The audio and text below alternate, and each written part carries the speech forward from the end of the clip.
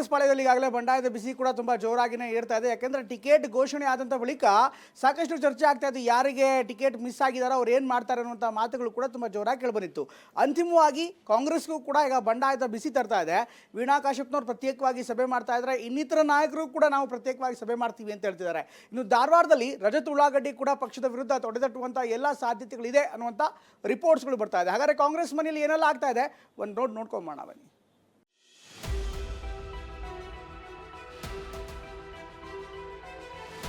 ಸೋಲ್ಬೇಕಾದ್ರೆ ವೀಣಾ ಕಾಶ್ಯಪ್ನವ್ರು ಬೇಕಾಗಿತ್ತು, ಗೆಲ್ಬೇಕಾದ್ರೆ ಬೇಡ ಅಂತ ಅನ್ಸುತ್ತೆ.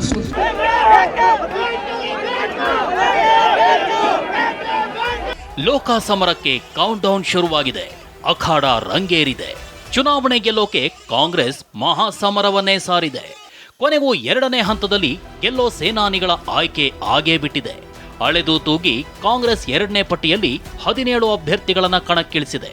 ಮೊದಲ ಪಟ್ಟಿಯಲ್ಲಿ 7 ಅಭ್ಯರ್ಥಿಗಳು, ಎರಡನೇ ಪಟ್ಟಿಯಲ್ಲಿ 17 ಅಭ್ಯರ್ಥಿಗಳಿಗೆ ಟಿಕೆಟ್ ಫೈನಲ್ ಮಾಡೋ ಮೂಲಕ ಒಟ್ಟು 24 ಕ್ಷೇತ್ರಗಳಿಗೆ ಅಭ್ಯರ್ಥಿ ಆಯ್ಕೆಯಾಗಿದೆ.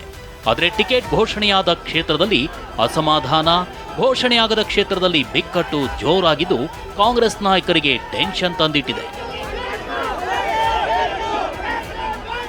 ರಾಜ್ಯದಲ್ಲಿ 24 ರಣಕಲಿಗಳನ್ನ ಕಣಕ್ಕಿಳಿಸಿರೋ ಕಾಂಗ್ರೆಸ್ ಅಭ್ಯರ್ಥಿಗಳಿಗೆ ಗೆಲುವಿನ ಟಿಪ್ಸ್ ನೀಡಿದೆ.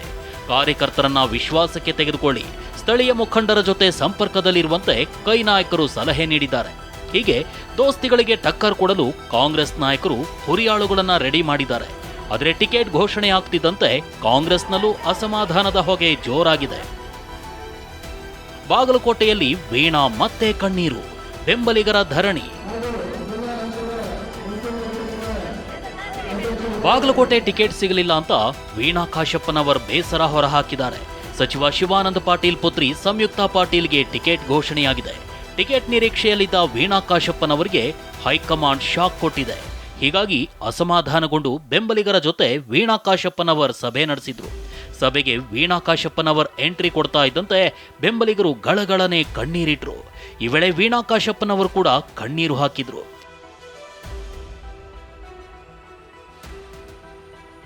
ಸಭೆಗೂ ಮುನ್ನ ಮಾತನಾಡಿದ ವೀಣಾ ಕಾಶ್ಯಪ್ಪನವರ್ ನಮ್ಮ ಸ್ವಾಭಿಮಾನಕ್ಕೆ ಧಕ್ಕೆ ತಂದಂತೆ ಆಗಿದೆ ಅಂತ ಅಸಮಾಧಾನ ತೋಡಿಕೊಂಡ್ರು. ಬಾಗಲಕೋಟೆ ಜಿಲ್ಲೆ ಜನ ಸ್ವಾಭಿಮಾನಿಗಳು, ನಮ್ಮ ಜಿಲ್ಲೆ ನಾವು ಕೂಡ ಸ್ವಾಭಿಮಾನಿಗಳು. ಇವತ್ತು ನಮ್ಮೆಲ್ಲೋ ಒಂದು ಸ್ವಾಭಿಮಾನಕ್ಕೆ ಧಕ್ಕೆ ತಂದಂಗಾಗಿದೆ. ವೀಣಾ ಕಾಶ್ಯಪ್ಪನವರ್ ಅಸಮಾಧಾನಕ್ಕೆ ರಿಯಾಕ್ಷನ್ ಕೊಟ್ಟಿರೋ ಕಾಂಗ್ರೆಸ್ ಅಭ್ಯರ್ಥಿ ಸಂಯುಕ್ತಾ ಪಾಟೀಲ್, ವೀಣಾ ಅವರು ನಮ್ಮ ಅಕ್ಕ ಇದ್ದ ಹಾಗೆ, ಅವರನ್ನ ವಿಶ್ವಾಸಕ್ಕೆ ತೆಗೆದುಕೊಂಡು ಹೋಗ್ತೀನಿ ಅಂತ ಹೇಳಿದ್ರು. ಅವ್ರು ನಮ್ಮ ಅಕ್ಕ ಇದ್ದಾಗೆ ಕಾಂಗ್ರೆಸ್ ಪಕ್ಷದ ಪ್ರತಿಯೊಬ್ಬ ಕಾರ್ಯಕರ್ತನ ಹಿಡ್ಕೊಂಡು ಸಾಮಾನ್ಯ ಜನರು ಎಲ್ಲರನ್ನೂ ಕೂಡ ನಾನು ಮಾತನಾಡಿಸ್ತೀನಿ. ಸೊ ಅದರಲ್ಲಿ ವಿಶೇಷವಾಗಿ ನಮ್ಮ ಅಕ್ಕವ್ರನ್ನೂ ಕೂಡ ನಾನು ಮಾತಾಡ್ತೀನಿ. ಒಂದು ಕಡೆ ಟಿಕೆಟ್ ಸಿಗದಿದ್ದಕ್ಕೆ ಅಸಮಾಧಾನ ಇದ್ರೆ, ಮತ್ತೊಂದೆಡೆ ಉಳಿದ 3 ಕ್ಷೇತ್ರಗಳು ಇನ್ನೂ ಕಗ್ಗಂಟಾಗಿಯೇ ಉಳಿದಿವೆ. ಎಲ್ಲೆಲ್ಲಿ ಗೊಂದಲ, ಲಾಬಿ ಹೇಗೆ ನಡೀತಿದೆ ಅನ್ನೋದನ್ನ ನೋಡೋದಾದ್ರೆ,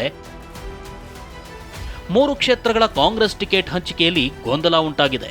ಕೋಲಾರ, ಚಿಕ್ಕಬಳ್ಳಾಪುರ, ಚಾಮರಾಜನಗರ ಟಿಕೆಟ್ ಫೈನಲ್ಗೆ ಕಸರತ್ತು ನಡೀತಿದೆ. ಚಾಮರಾಜನಗರದಿಂದ ಸ್ಪರ್ಧೆಗೆ ಸಚಿವ ಮಹದೇವಪ್ಪ ಒಪ್ಪಿಲ್ಲ. ಪುತ್ರನಿಗೆ ಟಿಕೆಟ್ ಕೊಡುವಂತೆ ಹಠ ಹಿಡಿದಿದ್ದಾರೆ. ಇನ್ನು ಚಿಕ್ಕಬಳ್ಳಾಪುರ ಕ್ಷೇತ್ರದ ಟಿಕೆಟ್ಗೆ ವೀರಪ್ಪ ಮೊಯ್ಲಿ ಬಿಗಿಪಟ್ಟು ಹಿಡಿದಿದ್ದಾರೆ.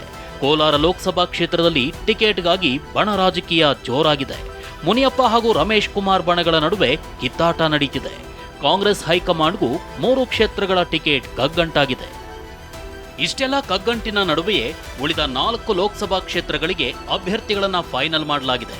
ಚಾಮರಾಜನಗರದಿಂದ ಸಚಿವ ಎಚ್.ಸಿ. ಮಹದೇವಪ್ಪ ಪುತ್ರ ಸುನಿಲ್ ಬೋಸ್ಗೆ ಟಿಕೆಟ್ ಎನ್ನಲಾಗ್ತಿದೆ. ಚಿಕ್ಕಬಳ್ಳಾಪುರದಿಂದ ರಕ್ಷಾರಾಮಯ್ಯ, ಕೋಲಾರದಿಂದ ಎಲ್ ಹನುಮಂತಯ್ಯ, ಬಳ್ಳಾರಿ ಕ್ಷೇತ್ರದಿಂದ ತುಕಾರಾಂಗೆ ಟಿಕೆಟ್ ಫೈನಲ್ ಎನ್ನಲಾಗ್ತಿದೆ. ಅಧಿಕೃತ ಘೋಷಣೆಯೊಂದೇ ಬಾಕಿ ಇದೆ. ಒಟ್ನಲ್ಲಿ ಕಾಂಗ್ರೆಸ್ನಲ್ಲಿ ಟಿಕೆಟ್ ಘೋಷಣೆ ಬೆನ್ನಲ್ಲೇ ಅಸಮಾಧಾನ ಧಗಧಗ ಅನ್ನೋಕೆ ಶುರುವಾಗಿದೆ. ಆಕಾಂಕ್ಷಿಗಳ ಬೇಸರ ತಣಿಸೋಕೆ ಕಾಂಗ್ರೆಸ್ ನಾಯಕರು ಸರ್ಕಸ್ ನಡೆಸ್ತಿದ್ದಾರೆ. ಇತ್ತ ಉಳಿದ 3 ಕ್ಷೇತ್ರಗಳ ಟಿಕೆಟ್ಗಾಗಿ ಲಾಬಿಯು ಜೋರಾಗಿ ನಡೀತಿದೆ. Bureau report, TV9.